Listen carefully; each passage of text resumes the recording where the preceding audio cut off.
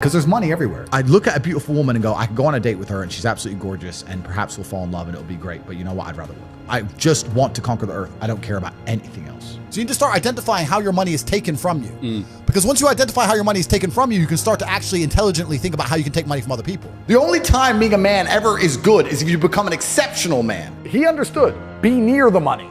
I have no money. Money's over there. Well, let me get closer to it. Like, no point staying over here on my fucking own. Let me at least get closer to it. That was a 17-year-old kid. Money for us is a tool to shape the world. And I think that's what a lot of people also don't understand about being rich. You don't want to be rich. You want to be powerful. That's what really is going to satisfy you in your soul. It's the power. It's not the, I can afford this, that. That's nice for a while. But really what makes you happy is there's 60 of these Bugattis on earth. Everyone wants one. Who gets one? I do. Because you can't have one. That's the fun of it, right? So it's power you're truly chasing. And if you want to be powerful, you can't be scared to invest money and spend money. A lot of people at home, if they want to make more money, need to invest in themselves. They need to invest in themselves. And maybe they've been taught, well, if I just save. Let me say to everyone here at home, if you are saving less than 10 grand a month and you're just saving, your chance of being rich is fucking zero. You need to go and do something else and make more. Invest in yourself, get knowledge, pay attention to mentors, start another business, open something. You need to do something because you're not going to save your way to the top. The average person at home, you're not earning enough to ever save. If you never save 100% of your wage, you're still going to be broke. You have to get to a level of earning. When I found out about I just learned about how they print money. I literally could not believe it. Money's not real. For 3 days, I'm sitting around, so I'm like, what the fuck is this? So they could just print this shit? Money is not real. It's not real. They just print it. It's not real. Fair. Please continue. Yeah, so money's not real. And I say that to people. They So go, it's not about money. No, it's not about money. So what's it about? It's about power and control. Yeah. So I've been from the absolute bottom to the absolute top. I've seen it all. And once you get past a certain level of wealth, once you get past a certain level of money, but then you understand what money is, right? So we say about money not being real. Money is not real from a governmental perspective because they just print it. It's nothing. But money is truthfully the stored time and energy of other people.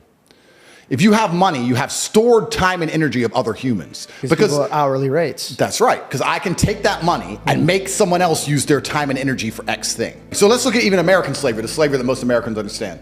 You're going to work for me. I'm going to give you a house and I'm going to give you food and you're going to stay here and you're going to work.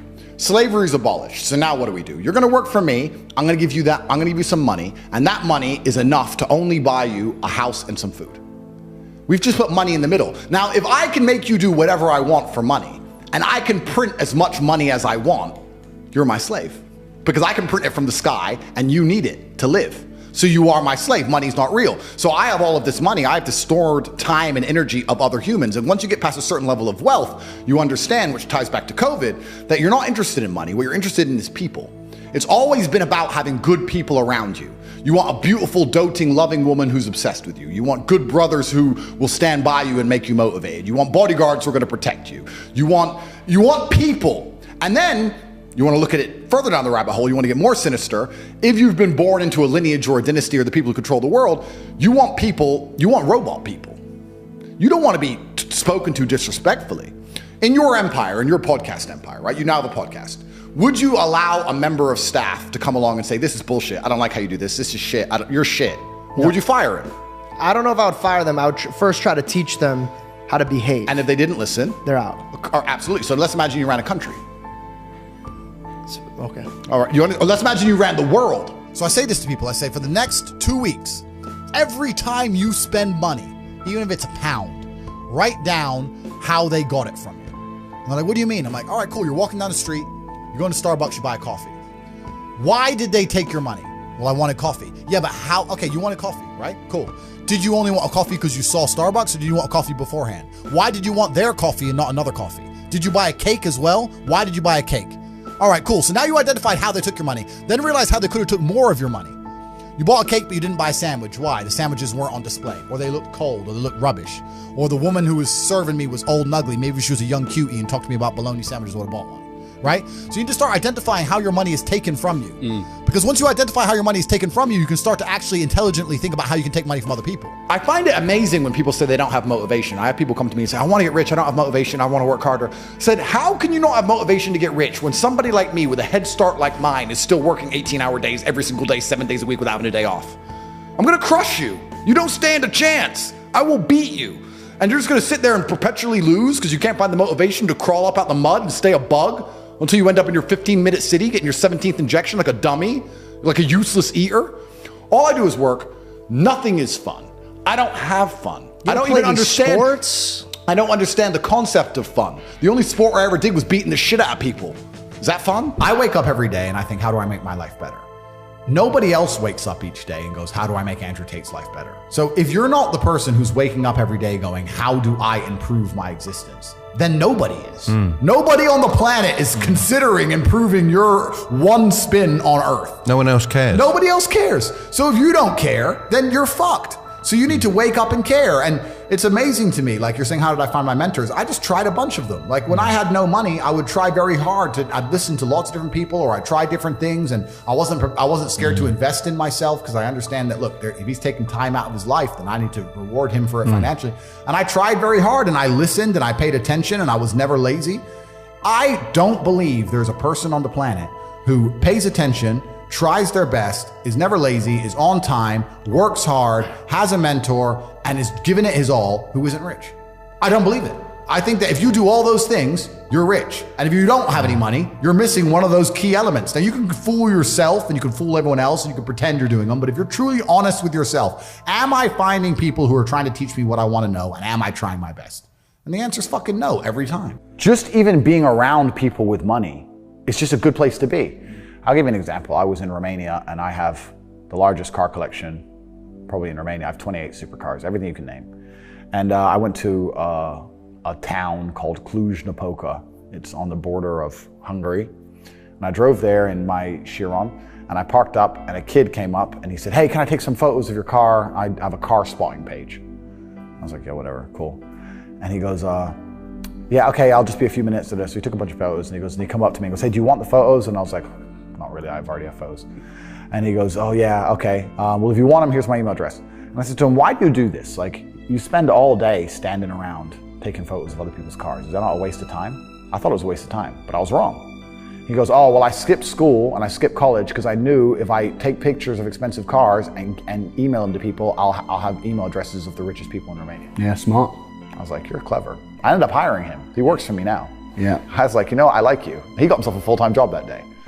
So he understood, be near the money. I have no money. Money's over there. Well, let me get closer to it. Like, no point staying over here on my fucking own. Let me at least get closer to it. That was a 17-year-old kid. Now he's making 10 grand a month in Romania from me. So like, at least being closer to it. So you're right. People should, even if they haven't got a penny in the world, should be going to these meetings about real estate, about investing, that especially if it's cheap, they should go. Just meet other people who at least have money. Have conversations about money. Talk about it. How are you going to get what you don't talk about? Okay. When I'm sitting there and saying to men, look, life as a man is shit. It's always been shit. It's never been good. When men wake up and say, I'm depressed and life is hard and I'm sad and I'm struggling right now, I say, okay, throughout history, men have always struggled. Happiness is for children and women. Name a time in history it was better to be a man. Was it better to be a man in World War II?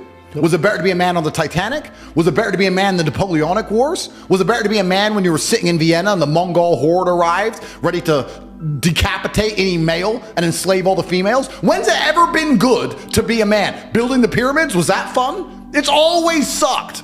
The only time being a man ever is good is if you become an exceptional man, which is even something feminists admit, because feminists sit and complain about men and say, well, men have this, men have that, but they're talking about 2% of men. Fascinating. They don't talk about all men. They say men have the best jobs. 2% of men have the best jobs. Most men carry trash. So you're talking crap. So everyone accepts that the best possible human experience that exists is the top 2% of men. Anything below that sucks as a man. You're better off being a chick. So what I say to men is, look, life's hard. It's always going to be hard. It's always going to suck. It always has. The only way to get out is to become excellent and perform at a level where your echelon is so high that you get to live this brand new experience. You need to become strong and smart and interesting and charismatic. You need to become rich, powerful, well-known, connected. You need to do it. But can all men do that? No. So, okay. But I have to tell them the truth. When people come along to me and say, my life's shit, and I look at them and go, yes. I think a lot of the problem with people, especially in the world today, is they misunderstand the difference between a dream and a plan.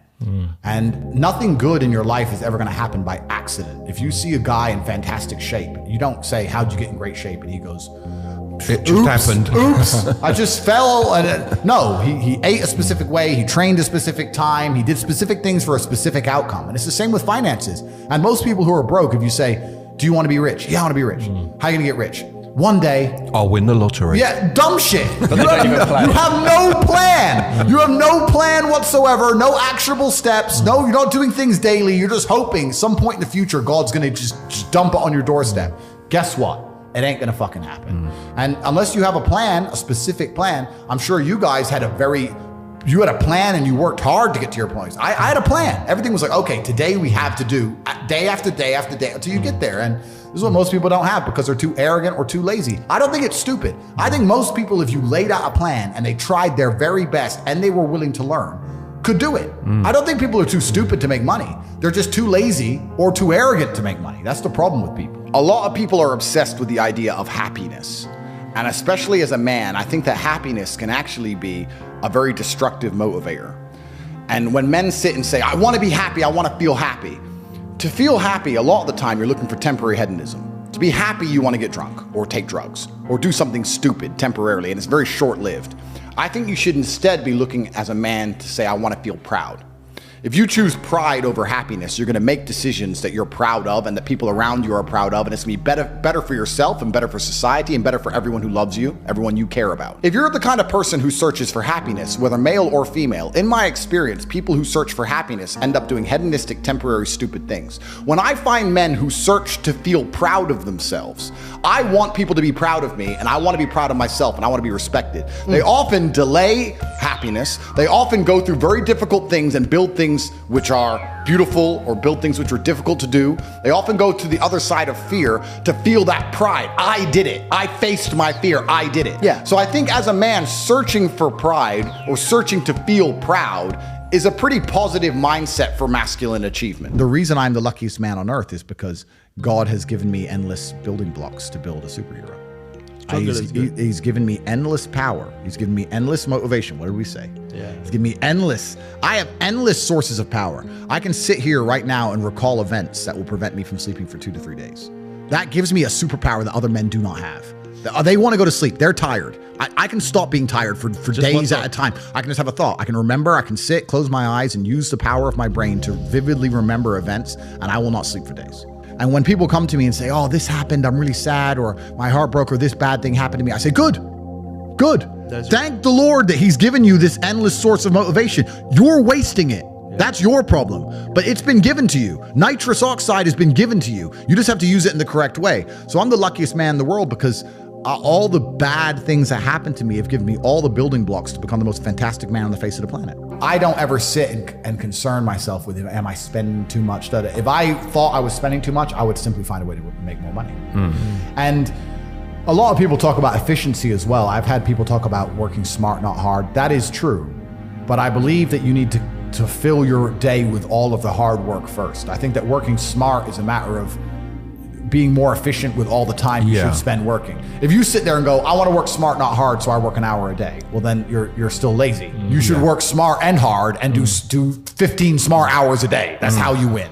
I was talking to a young guy the other day, and he was 22, I think, and he caught a crypto pump. He made like $4 million in the last bull run, and now all the coins have gone down, whatever. He sold some. He has like 1.5 million. He's like, oh yeah, so I'm waiting for the next pump. I was like, bro, the problem with you is you've now been ruined for life because you're 22, you made easy money, and you think that you don't have to ever do any serious work. You also have no skill. Problem is with the crypto pump, it doesn't teach you anything. You didn't learn sales, marketing, staff management, stress tolerance. You need that. Nothing. He doesn't know how to do anything. So he's just sitting there just gambling on shit coins, waiting for the next one to pump. And he's 22, and his ass is never going to want to get a real job, and he doesn't have any skills. So I think he's in a lot of trouble, truthfully. And I made this clear to him. So it can be a detrimental thing. It can be a bad thing. But in terms of making money, it's certainly easier than it's ever been because we live in a global marketplace now. You can reach the world, and all you have to do is have a message worth making people listen to. And it truly is the abundance mindset is true. I remember when I was broke. When I was broke, I thought everyone was broke. You do. Because I was broke. 100%. And then you get rich and you start thinking, shit, everyone has money. Every supercar I want is sold out. Every diamond watch I want is sold out. The private jet charters are full. The yachts are full. Like, as soon as you get rich, you start Who going, are all these people that got money? Who are they? I was just in Dubai, and my houses are being built. They're going to be completed this year. I bought a bunch of them off plan, so I decided to rent. And I rented a house on the Palm. It was $25,000 a day, dollars, and I rented it. And I'm sitting there, and the landlord comes and goes, I just got an offer for $35,000 a day. You need to leave. And I go, okay, well, I'll pay $40,000 a day. And then he came back and goes, the guy's offered $50,000 a day for a year. And I'm like, who am I even in a bidding war with? And I just left. I was like, you know what? Take it. I'll get another one. But like, there's people out there with money like you couldn't fucking fathom. There is so much money in the world. So you do get to a level of wealth. Another time it hit me, I was at Monaco. I was sitting around dinner in Monaco after, it was on a car rally, funnily enough. And there's like 10 of us. And I just looked around the table by coincidence and I saw everyone's wearing a nice watch. And I thought, when I was broke, the idea, if someone told me they had 30 or 40 grand in the bank, I thought they were doing good. Now I'm sitting at a table, everyone's wearing a $100,000 watch. Nobody gives a fuck. It's just like, there's levels to the game. And when you get up to the top, you realize there's money everywhere. The abundance mindset, there are so many rich people. So if you're not where you want to be financially, I hope this pisses you off, because I'm telling you to annoy you, that you're sitting there struggling to pay your bills. There are people out there making so much money you couldn't possibly fathom, who have anything they want all of the time. And you may sit there and go, oh, but they're miserable. A lot of them aren't. Trust me, they're having a great time. So you need to make a bunch more money because there's money everywhere. Think of the harshest lesson. You don't even have to say what it is, but think of the harshest lesson you've had in the last few years. And think of how many times you had the easy way to learn that lesson. You could have just stopped being a dickhead before it got bad. Like that. Think how many times you could have just woke up and go, nah. Yeah. But we don't, do we? Nope. We wake up like, we got away with it. It's fine. And then bam, you get hit. There's only two ways to learn lessons, hard and harder. If you're smart, you take it the hard way. Real idiots take it the hardest way. Yeah. But there's no easy way to learn lessons. But when will you stop the work and take a step back? I don't want to. I don't want to. I don't want to. No. And that's my competitive advantage. I don't want to do that. The enjoyment for you is the work, not the... Completely. Other people are like, oh, I'm here now, so I can now go on holiday. I don't want to stop working. I don't want a holiday. I don't want to relax. Is this relaxing? I'm going to try and relax for the first time in my life. We'll do this here live on the podcast. Ready? Yeah. Ready?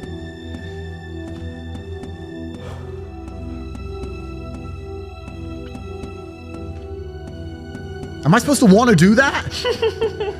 What was that? What was it? Like, what is that? Is that it? Is that the dream? Doing nothing. Is that the goal? Like, and if I'm not on my phone, my brain is preoccupied and anxious about what's happening on my phone. So it's better to just be on it. Like, I don't want to relax. I don't want to stop. Ain't no rest for the wicked. No, I don't want. I don't want to stop. That's why nobody will ever beat me, because all these other people, they want to take time out of their life. They're working to relax. They're working to relax. I'm at the point now where I'd look at a beautiful woman and go, I could go on a date with her and she's absolutely gorgeous and perhaps we'll fall in love and it'll be great. But you know what? I'd rather work. I don't want to be off my phone. Yeah. I don't want to date girls. I just want to conquer the earth. I don't care about anything else. I know I've only reached 10% of what I can actually do. Let's go, bro. And that bothers me. And no matter how much money I'm making or how most Googled man alive, whatever, I can still identify the inefficiencies in my systems. I can still identify where more money could have been made. And money isn't that important, but like we said, money is a very simple way to measure success because it's numbers. Numbers are easy. Yeah. This number, that number. It's easy. What does a company do when it wants to measure the success of the company? It looks at the numbers. What does a YouTube channel do? It looks at the numbers. Numbers are easy. So if you're going to say, how do I be successful in life? Money's not everything, but it's a nice, easy way to measure because it's numbers. And then when you understand it's the time and energy of other people, you sit and go, okay, well, I have this large empire now, and I have all these people who work for me, and all these people I love, and all these people I care about, and all these children, and all this going on. And the world is getting more and more messed up, and everything's on a decline, and everything's being destroyed, and a certain number of people are going to become useless eaters and going to be eradicated, and they're going to try and lock us all in our 15-minute cities for the climate or some garbage. That's coming in no time. How do I combat and fight all of this and protect all the people I care about? Well, I need the time and energy of others. I need an army, so I need money. So you start waking up saying, okay, 1 billion is shit, Tristan. And he's like, Andrew, we're from a single mother household and our company got valued at $1.2 billion and you own 100% of it. No, we need at least 10. And then you start getting, then I get mad. And my stress comes from the fact that I don't have enough. And I said, bro, you see that? And he goes, yeah, what about it? I said, doesn't that piss you off? I must be about 16. He goes, why? I This dude has 400 G's for a car, 400 grand. I'm walking 4 miles to college because my mom hasn't got any car. He has 400 grand. Do you think he works a job? Do you think he's fucking behind a counter somewhere? He knows something about the world that I don't know. Yeah. And they were like, well, he's rich. I'm like, yeah, I know. I didn't say he wasn't rich, dummy. I'm saying he knows something about the world I don't know.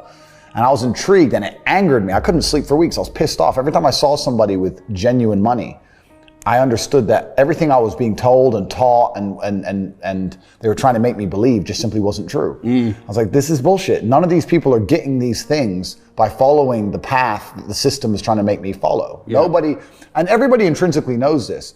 If you go to if you're at a BP, you're at a petrol station, and I pull up in my Lamborghini, nobody goes, wow, he went to school.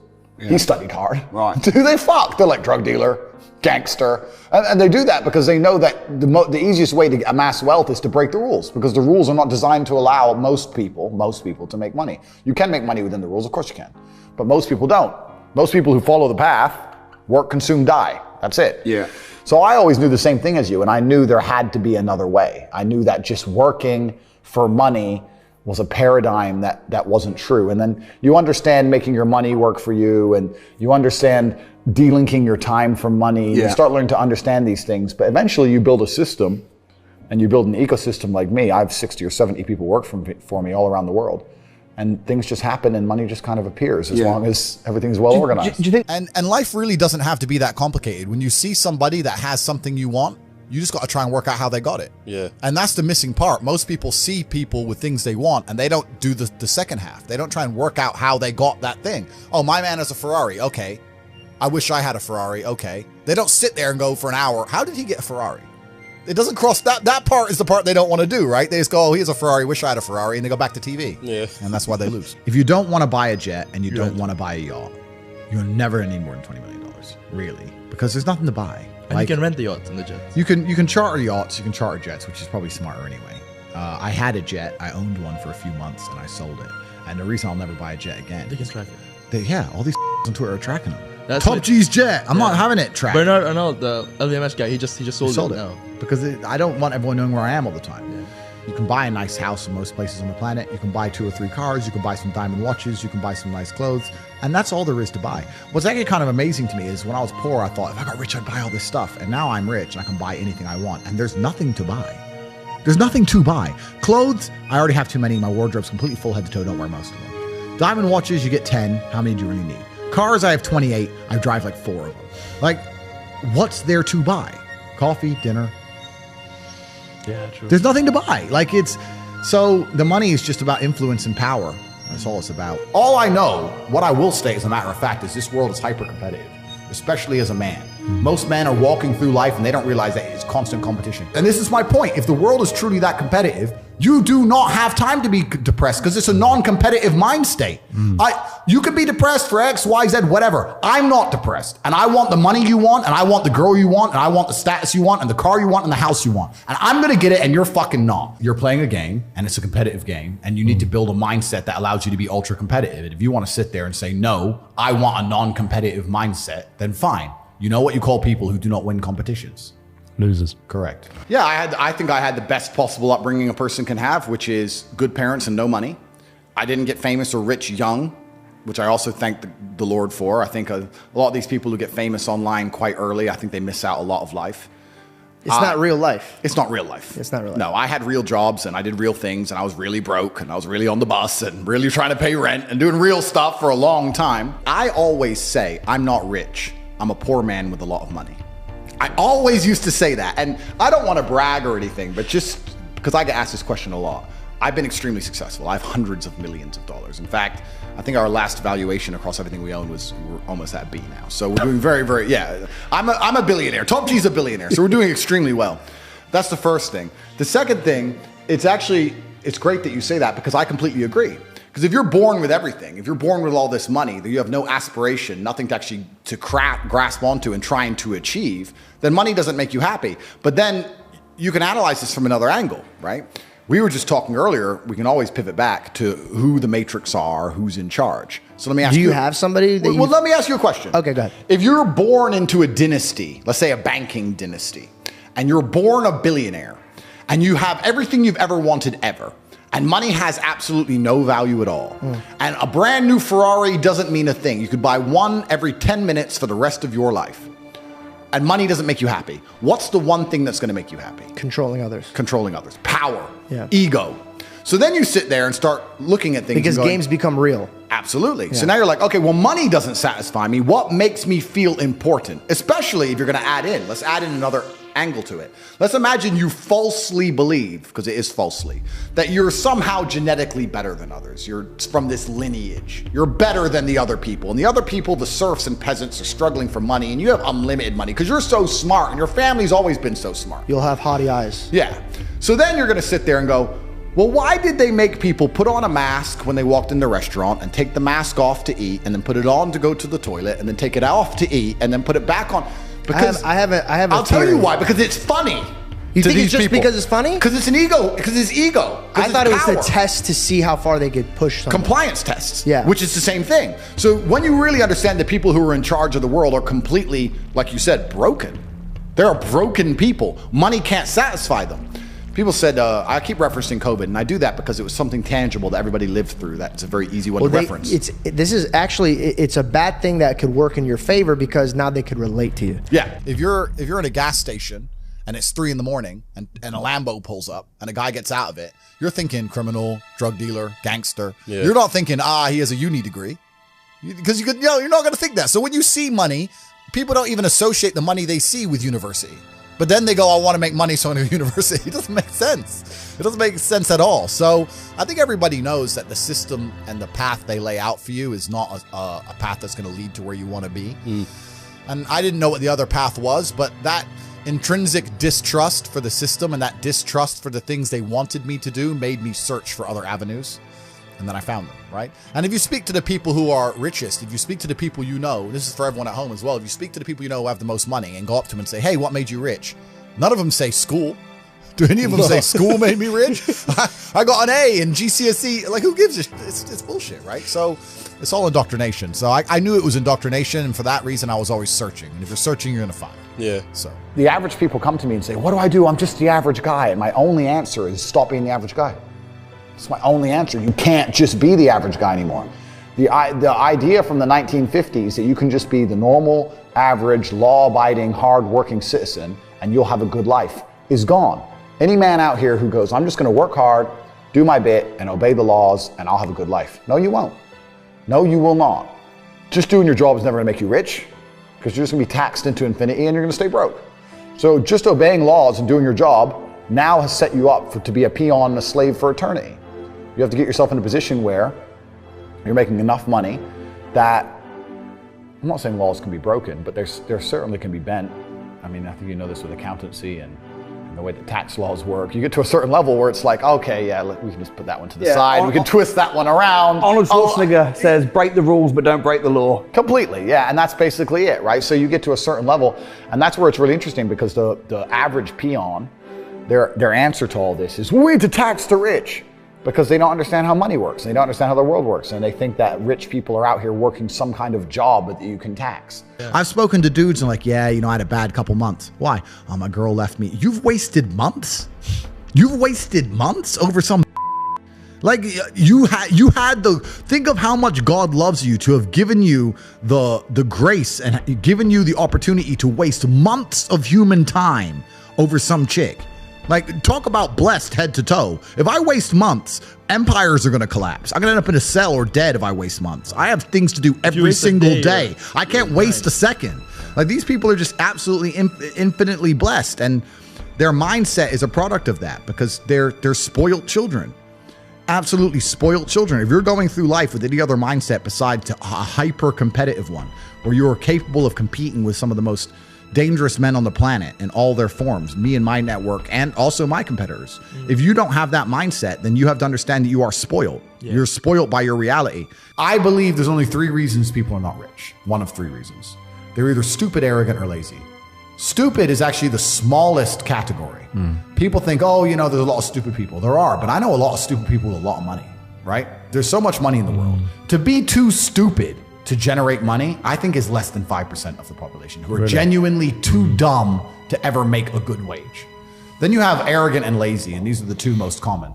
Lazy because people just, oh, you know, but I need time to myself. Oh, you know, but it's the evening. Or, you know, it's hyper competitive. There are people who do not need times to themselves. There are people, there's an Indian in Islam, or there's a guy in Islamabad who'll do your job online for $3 an hour and he doesn't sleep. You're going to lose, right? So if you're going to be lazy in any regard, you have to understand there are people like me who are billionaires who work 18 hours a day. When I finish this, I get into my car and I open my laptop and I work on my way to my next appointment. And then I'm going to work all night till the day I go. When I go to sleep, I close my laptop and I'm asleep a minute later. I work. That's all I do. So lazy is a big problem because people go, oh, but I just want to relax. If you just want to relax, that's fine. But you're competing against people who just don't want to relax and you're going to lose. And the last, and I'd say that's around, a lot of people have that element to them. A lot of people are lazy. That's about 50% of people. But the main reason people are not rich is because they are arrogant. 50% of people are brutally arrogant. And I'll give you an example. I have a school where I teach people how to make money online. It's called The Real World. It was called Hustlers University. It's now called The Real World. TheRealWorld.ai. You can see it at CobraTake.com. I sit here as a billionaire and I sit and say, I will teach you how to make money online. Anybody, 18 modern wealth creation methods. It's $49 a month and I will teach you. And people will sit there in their brutal arrogance and as a brokey with no money and go, yeah, but can he really teach me? I have everything you've ever fucking dreamed of. I have all the money. You have nothing. And you're so arrogant that you believe you know more than me or that you can do it without me or that I don't know how to teach you. The arrogance of people is truly mind-bending. If you know so much, why are you broke? You obviously don't know. If I want to learn how to box, I wouldn't walk into a boxing gym, find a guy who can box and go, yeah, you know, not bad, but can he really punch? Like, this is how people think when it comes to money. You guys are all successful enough. You can sit there and say, look, I do X, Y, Z. I have X, Y, Z. You don't have it. So do you want to learn how to play piano from the piano teacher, or do you want to sit there as an arrogant brokey? Most people are brutally arrogant, and you can sit there and you can try and help them, and they're just so arrogant. They think, oh, I can do it myself, or I'll work it out myself. I don't need help. And it's arrogance, and it keeps them at the bottom. Everything great that's happened to me in my life, someone taught me. I had a kickboxing coach. My dad was my chess coach. You get taught things. To sit there and think you're too good to learn, well, this is the problem. Most people are broke. Most people are broke because they're arrogant, bro. It's the truth. It's nothing to do with how stupid they are. They're just arrogant people. You know what's a fantastic motivator for men? Shame. I'm telling you now, it works. Shame. If I'm around my house and someone was getting fat and all of us were to go, you're a fat fuck, what are you eating that for? I guarantee they'd train. Shame works with men. And you talk about this, and this is the reason I promote brotherhood. The reason I am the man I am is not just because I'm so fantastic. It's because I, even now to this day, live with 6 men. I live with my fight coach. I live with my brother. I live with some of my old friends I've had for 20 years. We live in this big ass compound, this huge house. If I wake up and my brother's been training an hour and a half, I feel so annoyed and angry and guilty that I have to go and beat him now. So that competitiveness keeps us constantly at edge. People say me and Tristan are best friends and our brotherhood is fantastic, but it is based on competitiveness. But we don't compete against each other. We compete to prove to each other we're a good teammate in the battle against the Matrix. How do you get there? Because I've seen a lot of men get torn up by that. Yeah. So how do you get to a healthy way where we're competitive, but it's not going to destroy our relationship? Well, you have to understand that there's enough outside enemies. You have to put your ego aside and say, look, there's enough people who already want me dead. We're the same blood. Can't we at least unite against all the people who want me dead? I want you. I'm in competition with you, Tristan. I want to beat you to prove to you I'm a fantastic teammate to you. As opposed to I want to beat you because I don't like you. And it's a different mentality. And we'll sit there, and my brother and I are in constant, endless competition, but it keeps us sharp. So masculine competition is super important, which is why it's the third thing I teach, which is brotherhood. You are the sum of the 5 people you spend the most time with. If you find some guys who have their game right, your game's going to get straight. It's as simple as that. And I think if you take any man on the planet in any situation, in any scenario, and you tell him to become as strong as possible because of all the lessons he's going to learn, become as rich as possible because of all the lessons he's going to learn, plus obviously being strong and rich are benefits, plus find a network of brotherhood of men who are accountable to themselves and by extension accountable to you. If you're accountable to yourself as a man, you're also accountable for your friends. I don't want loser friends. I don't want dickhead friends. If I had a guy I really liked and he started being a dickhead, I'd try very hard to fix him. And if I couldn't fix him, I wouldn't be his friend anymore. I'd say, stop that. We don't do that. Why are you doing that? What are you crying about again? Why are you acting that way? Come on, let's go train. I don't want to train. But we always train. Come on, let's go. And then after a while, I'd be like, he doesn't train anymore. Get him out. Bye. Go get eaten by wolves.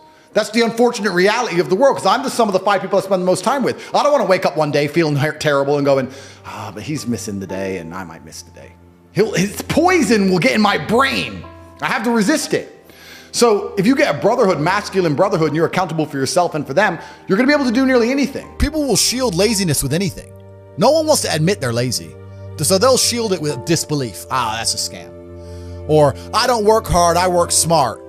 Bollocks. More cover. For just anything it takes to say, I don't want to work. Do you believe in that? Work smarter, not harder? I believe in both. Yeah. But there's a time when it comes to work smart. And most people are trying to do the smart work before they do the hard work.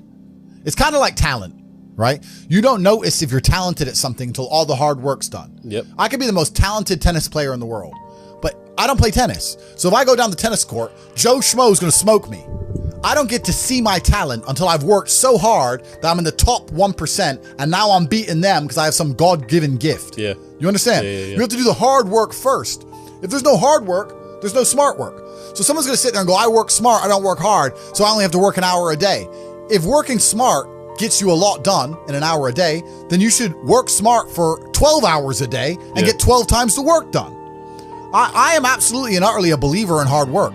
I'm a proponent of hard work. I have all this money and all I do is work. My entire life is work. This podcast is work. I'm getting in the car and going to another meeting, work. I'm going to fuck a bitch. That's work. She's going to be on my arm at the fucking Cannes at the film festival. That's more credibility. I consider it work to fuck her. That's work. I want to go to the gym so I'm in good shape. Work. It's all work. My entire life is work. And people don't want to look at life that way. They want to talk about work-life balance and being lazy and all this crap. I don't believe in any of that. I believe in if you want to win, you have to outcompete the man who's prepared to do nothing but work. It's player versus player.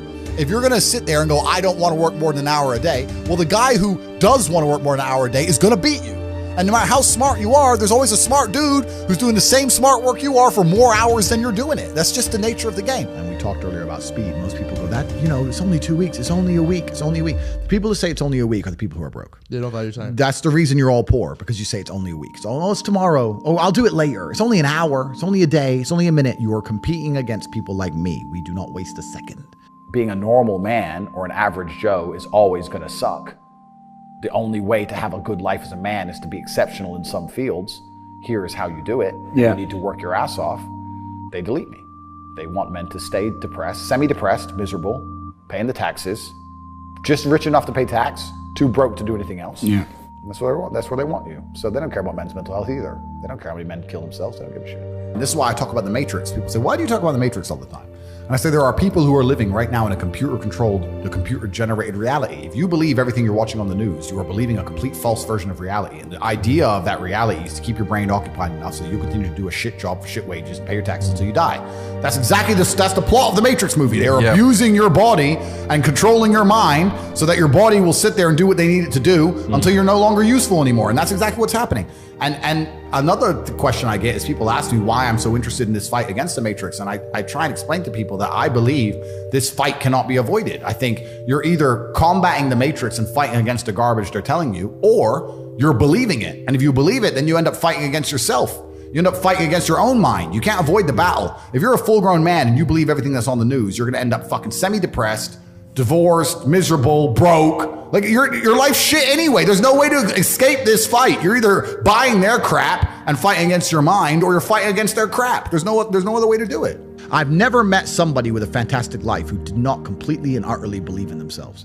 I've never seen somebody massively succeed and they didn't believe in themselves. Ever. I've never seen somebody who just allows life to happen to them and become blown off course by some sadness, end up doing massively monumental and important things. I've never seen it. And if she leaves me afterwards, let's say she just likes to leave men, I don't care. Yeah. I'm still working. You're still crying. You can't possibly ever beat me. I'll continue to beat you into eternity, as will my bloodline. You will sit and pay the price for the rest of your human years. Even your ancestors above you are disappointed in you, and your offspring for the rest of your lineage will look up and say, my great-great-great-grandfather was a loser because I broke his heart, and now we've been broke ever since. Yeah. Chess and fighting are remarkably similar. Very. You have to know what your next move is going to be countering his next move. And there's no luck.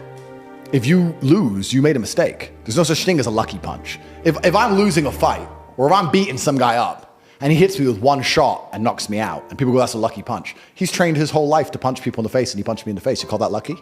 I call that good. I think it was a very good punch. Excellent. Probably his best punch of his career. No such thing as lucky punches. Same thing with chess. If And you also lose, you left your guard down. Absolutely. It's my fault. Same thing with chess. Brutal self-accountability. If you lose, you made a mistake somewhere. How do you learn that? You have to go back, reflect. You have to watch the game back, play the game back. Where did I make the mistake? You don't blame your opponent, you blame yourself always in chess. It's self-accountability. So when I stopped playing professional chess, I decided to move over to fighting because they're very similar. It's one-on-one, it's not a team sport. So that's why I chose to fight, but I never considered fighting fun. I never took it as, ha ha ha, this is fun. I was out to hurt people, for real. Firstly, let me tell you something about myself and most rich people. We don't own anything. I don't own anything. I don't own anything. There may be a trust fund in Ecuador that owns a company in Singapore that might own a yacht that I can borrow, for example. But I don't own shit. So that's the first thing. The second thing, you have all these different jurisdictions around the world. It's extremely complicated. How are you going to tax a rich guy? He has houses here, houses there, company here, company there, all the companies making a loss. Does Starbucks pay tax? No, Starbucks supposedly doesn't make money. Supposedly Uber's never made profit. An app on the phone with millions of cars around the world and people working endless hours for them and them getting a cut of it to run an app. Supposedly they've never made profit, never paid a penny tax. Funny how that works. You can't tax the rich. It's too complicated. You can't tax the rich. It doesn't work. All you're going to do is just drive them into other countries. If England right now today were to announce a huge tax on the rich people would just go, oh, cool, I'll base my company out of Belize. A few pieces of paper, fuck you. We don't really learn lessons unless they're learned the hard way. Yeah. I believe that unless a lesson has taught the hard way, you're not going to learn it. You can have so many near misses and people won't learn their lesson. Bro, you must know a guy who goes out there, nearly crashes his car, doesn't slow his ass down till he wrecks it. Yeah. Like, this is how people are, right? So you need that pain for the lesson to sting enough to really genuinely go inside of your mind. And it's the same with everything. It's the same with driving a car or business. Truthfully, if you want to learn a lesson about business, you're going to have to suffer at some point, right? So we always say that most people are not successful with their first companies, X, Y, Z, blah, blah, blah. I get that. The truth is, there's a lot of people who make a lot of money with their first company, but they just spunk it, act an idiot, and it all blows up in their face. And that's how you get the discipline on your fourth company, that when you have $3 million in the bank, you just leave it there. You know, and don't be done with it.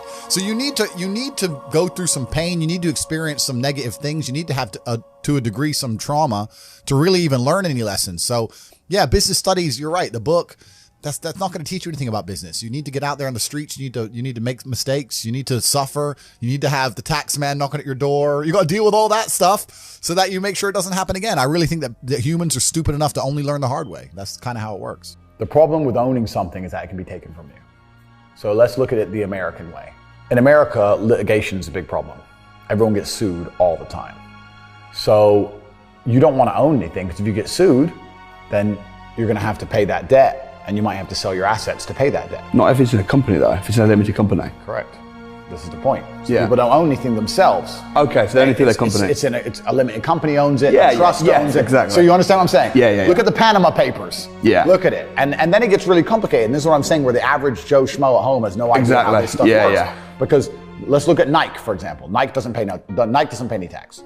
Why does Nike not pay tax? Well, I'll give you a very simple version. They have two companies, one set up in Belize with a 1% tax rate, one set up in Europe. The one set up in Europe sells Nike trainers, pays all the staff, pays the stores, sells all the shoes, makes all the money, boom, boom, boom, makes millions and millions and millions in profit. The one in Belize owns the trademark. So after 100 million, 200 million, whatever it is, comes into the European company. The European company has a debt to Belize to use the trademark of all the profit. Yeah. Isn't that coincidental? Yeah, right. That goes to Belize. Then Belize government comes along and goes, give us 1%. Nothing. Boom, boom, done. Tax paid. It's all a scam. It's all a lie. It's all a scam. The person who get fucked, it's always the same. It's the guy in the middle. Yeah. The guy in the middle is going to get wrecked. It makes me laugh when they talk about, we're going to increase taxes, da-da-da. When they talk about increases taxes, they're not trying to chase down the billionaire on his yacht, because they can't. They're trying to chase down the guy with an address, who can't move, can't leave. He has a mortgage debt, 2 kids and a dog, living somewhere in Sunderland, and he's stuck there. I walk in a gas station, put a mask on. No, I won't serve you. Okay, is the gas free? Because I filled up. So you're gonna take my money, or I'm gonna have free gas? No, you have to pay. Well, then fucking serve me, dummy. Put a mask on. No, it's just some stupid thing. In the end, they take my money. It was a big waste of everybody's time. And I'd say to them, bro, you're earning 700 pounds a month, working for a corporation that wouldn't give a fuck about you if you got stage 5 cancer. Why do you care? If I worked in BP, and someone walked into my gas station and decided to start a fire in the corner and barbecue some sausages, I wouldn't give up some. I'd be like, please stop, bro. Whatever. Like, why do these people, they're so fervently passionate about the rules of the BP station? But do we you're need a fucking people? slave in your mind. Do we need slaves though? Because Yes, we obviously do. we need people to work and do those jobs that obviously the free people can't do. And this is the full circle realization when you get to the point where, as frustrating as it was, you need this slave class of people who buy bullshit so that I don't have to do bullshit stuff, which is great. But usually the bullshit people can't tell me what to do. It's only during COVID they were allowed, and now that's all over. They can't tell me what to do anymore, so it's fine. But if you're, and not everybody's mind can be free because in society it would break down. But of course, some people's minds are designed for freedom and some people's aren't. But it's amazing when you're talking to the slave mind, trying to get through to them. You have two choices. Either you understand what's happening in the world today and you're on the side of good and you're fighting against the Matrix, or you've accepted all the Matrix programming to pretend that there is no battle, and then by extension, you're going to end up fighting against your own mind. And you're going to be in a fight either way. Your mind's either right and you're fighting externally against the enemy, or you've accepted the Matrix programming and you're sitting there fighting against your own depression, your own anxiety, fighting against your own struggles inside of yourself. You're going to fight anyway. There is no way to avoid this. So you have to make a decision. Do you want to have control of your own mind and control of yourself and fight for God and fight on the side of good against evil? Or do you want to accept the evil programming, fall down a hole of degeneracy and fight against yourself and self-destruct and implode? That's your choice to make. But I think the intelligent choice is to fight against evil. But also, you know, life teaches you a lot. And I think a lot of people are not very self-reflective of their own lives. I don't think you can read a book and that's great. But I think if you're living an interesting life, if you were to take half an hour a day to actually sit and go, okay, what good has happened to me today and what bad has happened to me today? Why have those things happened and how can I prevent them from happening again? Most people don't, that kind of crap doesn't even cross their minds. Like every day I will sit at the end of the day and go, what bad has happened to me today? How did that happen? Did I get caught slipping was I on the street and some guys come up to me and it could have been a dangerous situation? Like, how could I genuinely have improved my reality? And you can self-reflect and teach yourself everything. But that's total ownership of your life, isn't it? But you have to have. A lot of people don't. You have to have ownership of everything good that's ever happened to you and everything bad that's ever happened to you. I have complete ownership for the fact I was canceled. I don't sit there and go, oh, they're lying about me. Yes, they're lying, but I still own it completely. They're lying about me and they're talking shit, but I own it and I took responsibility for it and I sat there and I took absolute accountability and I thought, okay, how can I turn this in my favor? And I beat them. If I'm walking down the street and it starts to rain, I take responsibility for that. I didn't have to be in rainy London. I could have been somewhere else. I could have brought an umbrella. Could have took a car. I am responsible for getting wet in the rain. And there's people out here who just don't take any responsibility for their own actions, let alone the weather. If you take complete self-accountability and you self-reflect, you can learn a whole bunch about life. But could you not just say that it's raining, this is unfortunate? No, but that's what losers do. It's raining. I'm unlucky. I must You got be- told. yeah, I must be a loser. but that's what they'll say. I got wet because it rained, not my fault. Whereas I'll say I got wet because I did not prepare for the rain. As the world gets more messed up, which it is, people are going to learn some very abrasive, harsh lessons. And sometimes when you've gone through a very harsh lesson, to be given a solution which isn't harsh, you're not going to believe it. To be given a harsh solution makes you feel like, okay, this guy knows exactly what he's talking about. As a man, your life is supposed to be shit. My argument to this is people go, oh, I don't feel good. I say, good. Your life as a man is going to be terrible the entire time. Who told you at any point, I don't know what the Bible says. I haven't read it cover to cover like I've read the Quran. But I don't think the Bible says you're supposed to be happy all of the time. I think follow your passion is also a terrible piece of advice. Yeah. Yeah. People say, hey, man, you need to find what you're passionate about and do that. And what they're trying to say is only do what you like because you have no motivation to do anything else. And motivation in and of itself is a scam. I don't believe in motivation. I believe in discipline. I am not motivated to do the things I'm supposed to do every day. I don't wake up full of like joy that I have to go to the gym or that I have to work or got to deal with crap. I don't feel motivated to do them. I'm disciplined. I do them regardless of how I feel. Whether I'm in the mood to do it or I'm not in the mood to do it, it gets done. That's discipline. Discipline's a real thing. Motivation is fleeting. Yeah. You're never going to be permanently motivated. So when someone comes along and says, oh, do what you're passionate about, what they're saying is you'll have endless motivation and then you'll be able to try hard. If you're the kind of person who can only try hard at something he enjoys, then you're going to fail. Because most things you enjoy don't pay any money. If they paid money, you wouldn't enjoy them. It's called a job, right? Nobody likes their job. You like your hobby. I'm sure you like playing video games. Maybe 1%, 0.1% can make money from video games, right? Most people, you ain't ever going to make it. Yeah. Do you think the guy in China who owns a concrete plant is passionate about concrete? Do you think he's sitting there stroking it at night, naked in bed? Fuck no. It's money. Be passionate about success. If you're passionate about money, then you can be passionate about anything. I'll be passionate about any business on earth that pays me. If you pay me $1 billion to dig that hole, I'll be very passionate about that hole. I will dig that hole with passion for the cash. Yeah, because you know the cash. For the money. Yeah. That's right. So when people come along and say, oh, you need to find something you're passionate about, follow your passion.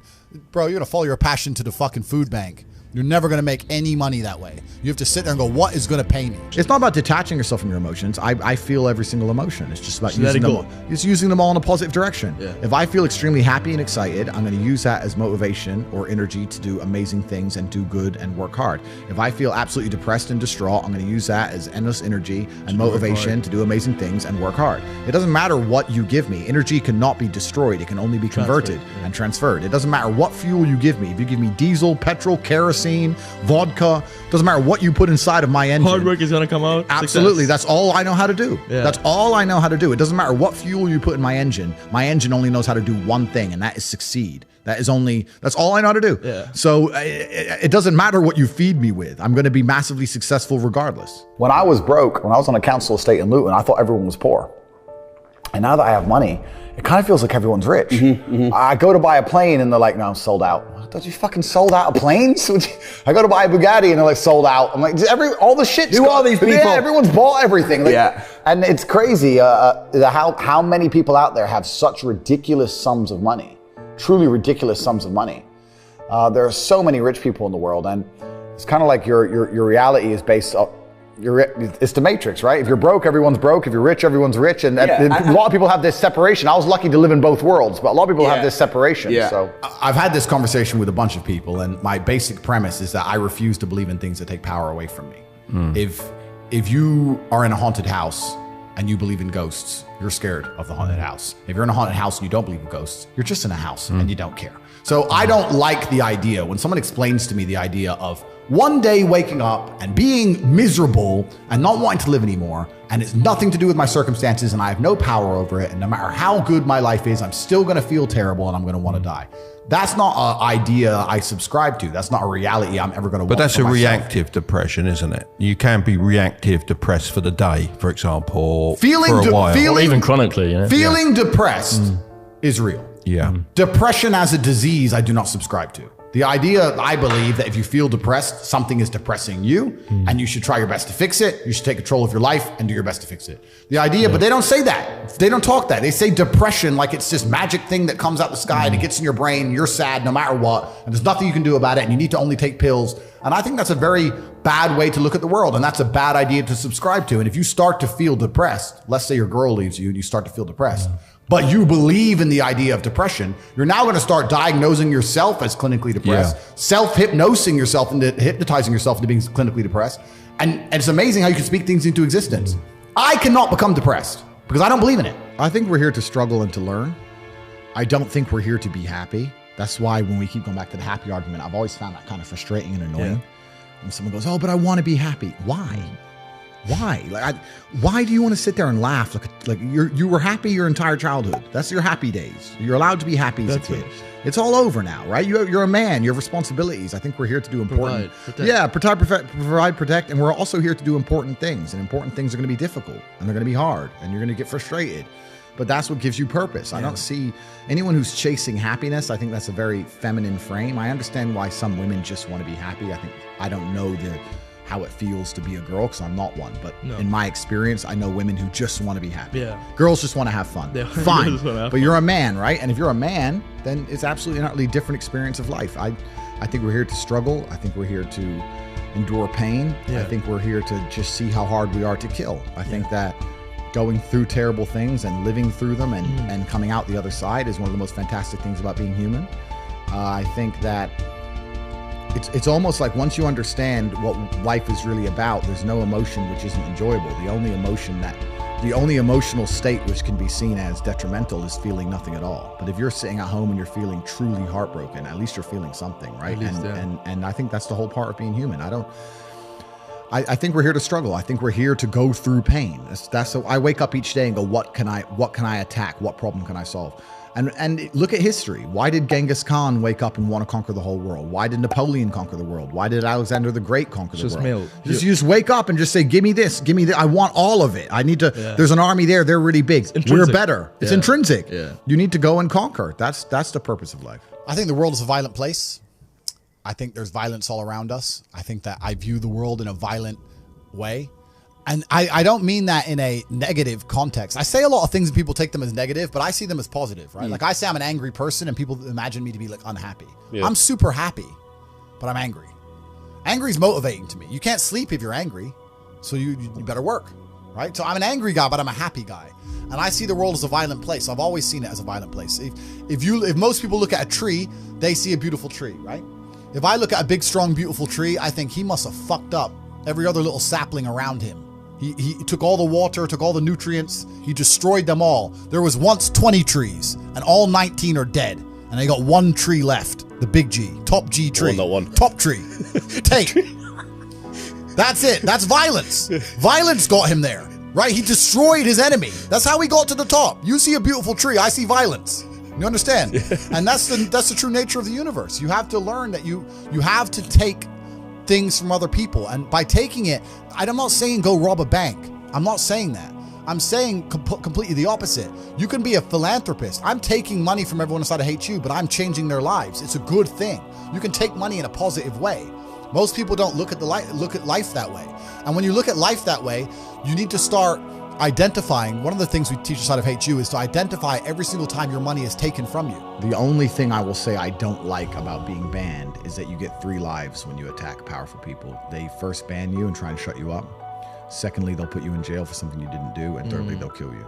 So I've used my first life, which is kind of upsetting when you know that next is going to be some false charges. The 2 worst ones. Yeah, and if you survive the false charges, you just die. Jesus. So that's kind of upsetting. I like to think that people at home know if I ever ended up in a jail cell and the media started printing lie, that they'd know it's a pure lie and they made it up. Yeah.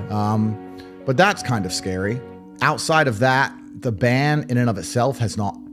I don't care, bro. It's made no difference to my life. You need to get a piece of paper or understand on a scale of 1 to 10 and say, how stressed do I want to be? How much pressure do I want to feel like I'm under? How much can I take? And be honest with yourself. I wanted this life. This is exactly what I want. It makes me happy. But there's a whole bunch of people who would not be happy in my position just because of the amount of pressure they're under. In my last cancellation, we had press trying to find my mother, family members doxxed. My last 20 ex-girlfriends called and offered a bribe, effectively 100,000 pounds, to a negative story on me. None of them turned. Bank accounts frozen, travel bans, all my social media is deleted, all over the news, national news, that I'm evil, press releases in the schools saying that I'm bad for young men and I'm misogynistic. Like, most people are not prepared for that level of pressure. I slept fine. Most people would be like, whoa, there are death threats. Like, most people can't handle that. I can handle it fine. Most can't. You have to decide what you want to deal with. So when you're setting your expectations, it shouldn't just be about how much money you want to make. It's truly about how stressed and how much pressure do I want to be under. I actually enjoy it. I'm a warrior. I'd be bored in the other way. I want people coming for me. That's what I want. But if you don't want that, then don't build a life that does that. I think if I were to talk to Tyson, or Tyson were to talk to anybody, he'd say the same thing. He'd say, look, end of the day, even if you're struggling, it's you that's going to have to get up and get the work done and change your life. I think that a lot of the help, which is being purported now by the system, by the Matrix, isn't designed to help. I think it's designed to keep people in this state of depression, because when you're depressed, you're submissive. You don't care about what happens to you if you're depressed. Depressed people aren't going to riot against a new law or against COVID tyranny because they're depressed. They're too busy. They're at home and they're sad. I think that keeping everybody in a degree of semi-neutral depression, semi-sad, is good for their ability to control all of us. So when they go on the TV and say, you're depressed, it's a disease, you can't fix it, there's nothing you can do about it, it's not your fault, I think they're just trying to reinforce in your mind that you're never going to get better. I think if they really cared, they'd say, like Tyson Fury says, you're depressed, but you can beat this. You can do this. I don't hear them saying that very often. They just sit there and say, everyone's depressed and it's normal. Accept it. And I don't accept that. I don't accept that. I don't think people should sit there and accept that they're sad. Change it. I think only you can change it. That's what I believe. God created us to learn and understand ourselves and understand other people and understand the world. And what did I say earlier? I said that you don't learn a lesson or you don't appreciate something without pain. So you have to struggle to learn anything. There's only 2 ways to learn things, the hard way or the harder way. If you're smart, you can learn the hard way.